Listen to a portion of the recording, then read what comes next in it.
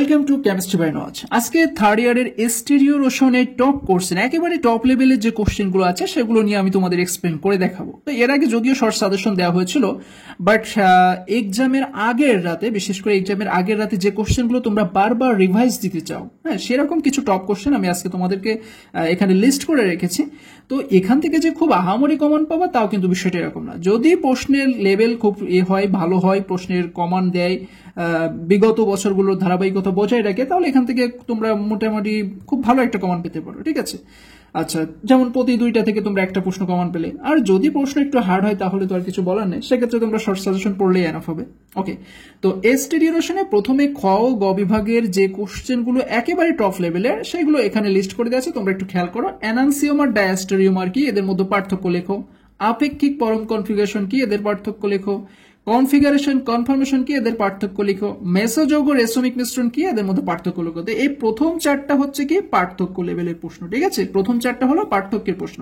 তো এই প্রশ্নগুলো যে শুধু পার্থক্য দিয়ে দিবে এমনও না হতে পারে, অনেক সময় দিল টিকা আকারে, যে এনানসিওমার ডায়াস্টেরিওমার টিকাতে ব্যাখ্যা করো, কিংবা আপেক্ষিক ও পরম কনফিগারেশনের টিকা লিখো, কিংবা মেসোযৌগ রেসিমিক মিশ্রণের টিকা লেখো। তো তোমরা যদি এই মেসোযৌগ রেসিমিক মিশ্রণ নিয়ে বিস্তারিত টুকটাক জেনে যাও তাহলে আশা করি টিকাতেও লিখতে পারবা, প্লাস পার্থক্যটাও একটু পড়ে রাখলে।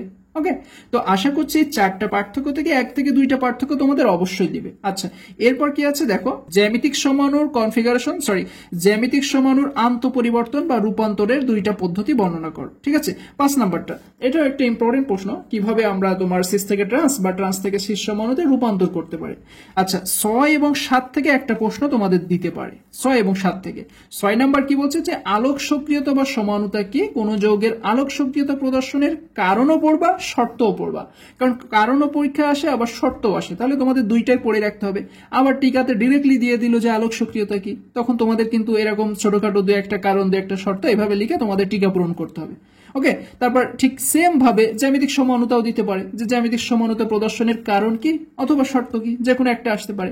কিংবা টিকাতে দিল জ্যামিতিক সমানুতা সম্পর্কে টিকা লিখো, তাহলে তোমাদের দু একটা কারণ, দু একটা শর্ত মিক্স করে লিখতে হবে। ঠিক আছে, তাহলে দেখো এই প্রথম চারটা অর্থাৎ পার্থক্য টাইপের প্রশ্নগুলো এখান থেকে কিন্তু এক দুইটা থাকতে পারে। আবার এই 6-7 অর্থাৎ আলোক সক্রিয়তা বা জ্যামিতিক সমানুতা থেকে একটা কোশ্চেন তোমাদের দিতে পারে। ঠিক আছে, আচ্ছা, 8 নম্বরে কি বলছে দেখো, 8 নম্বরে এবার আসছে স্পাইরাল, অর্থাৎ স্পাইরালের স্টিরিও সমানুতা আলোচনা করো। এখন স্টিরিও যদি বলে তাহলে তোমাদের আলোকও ব্যাখ্যা করতে হবে, জ্যামিতিকও ব্যাখ্যা করতে হবে। আর যদি ডিরেক্টলি আলোকের কথা তুলে দেয় তাহলে শুধু আলোক সমানুতাই লিখবা। আবার স্টিরিও সমানু বললে আলোকও লেখা লাগে, জ্যামিতিকও লেখা লাগে। এখন প্রশ্ন হচ্ছে, তোমাদের বইয়ে যদি এই জ্যামিতিক সমানুতা না থাকে, শুধুমাত্র আলোক সমানুতা থাকে, তো তোমরা স্টিরিও পড়লে শুধুমাত্র আলোকটাই লিখে দিও, আশা করি খুব একটা বিফল হবা না। ঠিক আছে, খুব একটা সব ছাড় তো আর এরকম হয় না, দু একটা ছাড় আর কি একটু ঘাটতেরামি করে, বাট ম্যাক্সিমাম ছাড় ভালো হয়, তারা নাম্বার দেয়। আচ্ছা, স্পাইরানের স্টিরিও সমানুতা লিখতে হবে, মানে আলোক সমানুতা লিখতে হবে। অথবা এই প্রশ্নটা এভাবে দিতে পারে যে স্পাইরান আলোক সক্রিয়তা কেন দেখায়, তার একটা কারণ ব্যাখ্যা করো। তো ওই আলোক সক্রিয়তা পড়া থাকলে তোমরা কারণ দেখাতে পারবা। ঠিক আছে, আচ্ছা, 9 নম্বর কি বলছে, অ্যালিনের স্টিরিও সমানুতা বা আলোক সক্রিয়তার কারণও লিখতে হবে, শর্ত যেটা পড়বে, যদি কারণ পড়ে তোমরা কারণ দিবা যে কেন অ্যালিন আলোক সক্রিয়তা দেখায়, কিংবা শর্ত পড়লে শর্ত দিবা। তো আমার মনে হয় এই কারণটাই বেশি আসে সম্ভবত, তো কারণ শর্ত দুইটাই পড়ে রাখবা তোমরা। ঠিক আছে, তাহলে দেখো এই 8-9 থেকে কিন্তু একটা প্রশ্ন থাকতে পারে। ঠিক আছে, কারণ দুইটা সেম টাইপের প্রশ্ন, তো মাঝে মাঝে স্পাইরান দেয়, মাঝে মাঝে অ্যালিন দেয়, ঠিক না এর কোনো। আচ্ছা, 10 নম্বরে কি বলছে, 10 নম্বরে বলছে যে কোন যৌগের মেসো গঠন তার ডিএল গঠন বা সমাণু অপেক্ষা অধিক সুস্থিত কেন। ঠিক আছে, এই প্রশ্নটা ভেরি ভেরি ইম্পর্টেন্ট প্রশ্ন, এটা বারবার আসে ন্যাশনাল ইউনিভার্সিটিতে। আচ্ছা, ডায়াস্টেরিওমার সময়ের এই সেম প্রশ্ন আরো একভাবে তোমার প্রশ্ন দেওয়া যায়, যে ডায়াস্টেরিওমার সময়ের আপেক্ষিক স্থিতিশীলতা ব্যাখ্যা করো।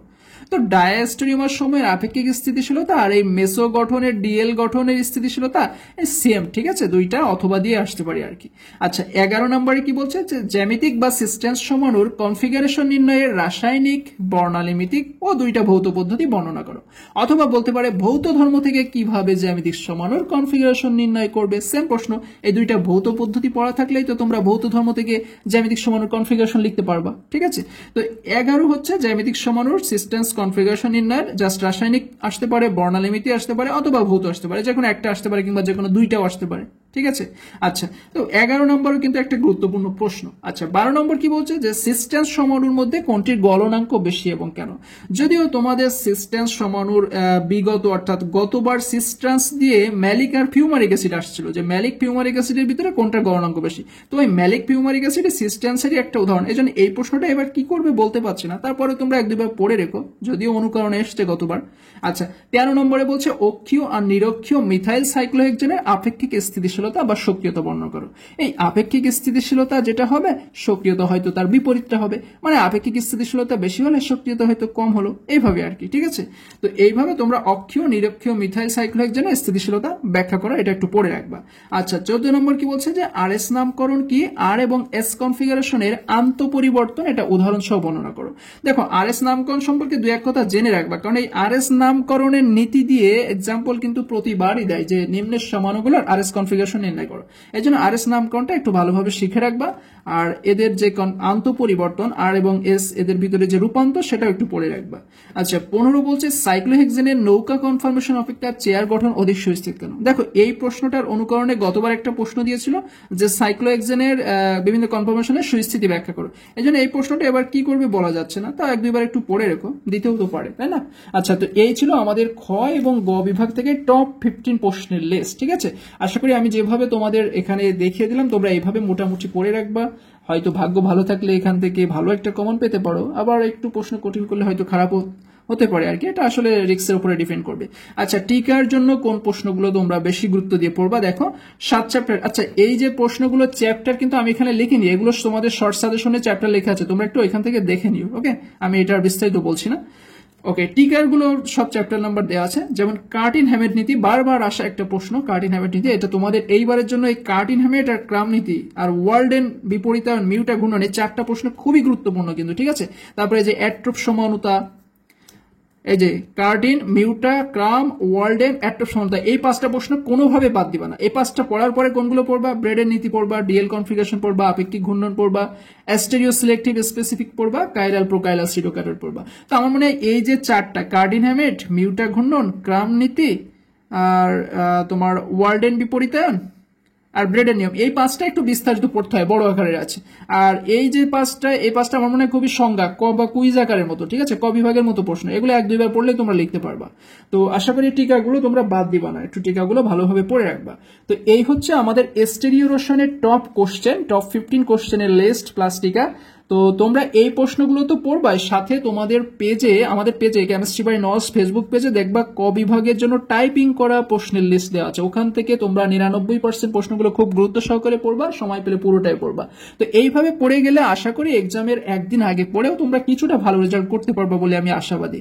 তো কথা হচ্ছে আমাদের পরবর্তী কোনো সাজেশন নিয়ে, সবার এক্সাম সফল হোক, ভালো হোক। তো আজ পর্যন্তই, গুড বাই।